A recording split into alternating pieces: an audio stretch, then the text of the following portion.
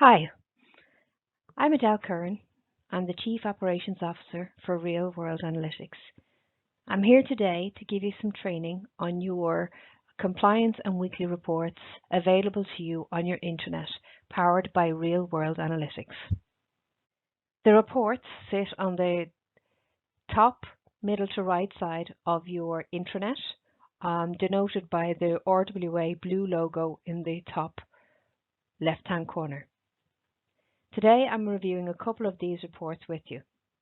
The first report is the weekly RWA report. This is a summary report that gives you insights into how your business went in the pharmacy last week. It will show you the items you labeled last week, the number of patients that you serviced last week, the NMS and services that you've done,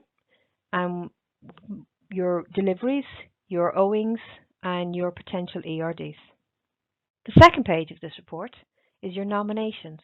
It gives you full visibility of the trend of nominations within your pharmacy, but it also will give you insights and visibility of what's going on in all the pharmacies in your local area, whether they're growing or losing nominations and what effect that is having on your branch. It also shows you some potential patients for nominating based on the fact that the patient is coming from an EPS live surgery and they're not yet nominated within your pharmacy. The next report is the weekly compliance report. This is a very actions-driven report. The reports allow you to see areas mainly around prescriptions that need addressing before the end of the week.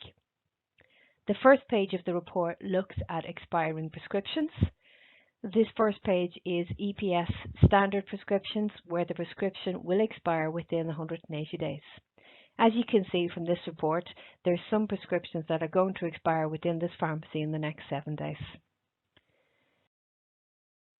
The next page is again an expiring prescription report, but it's directed towards the ERD prescriptions and the CD prescriptions.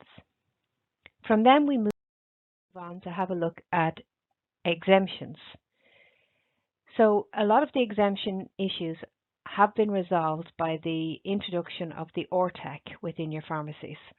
But we still have some issues around exemptions that are not yet covered by RTEC, and these need to be checked on a weekly basis to ensure that we're not losing money.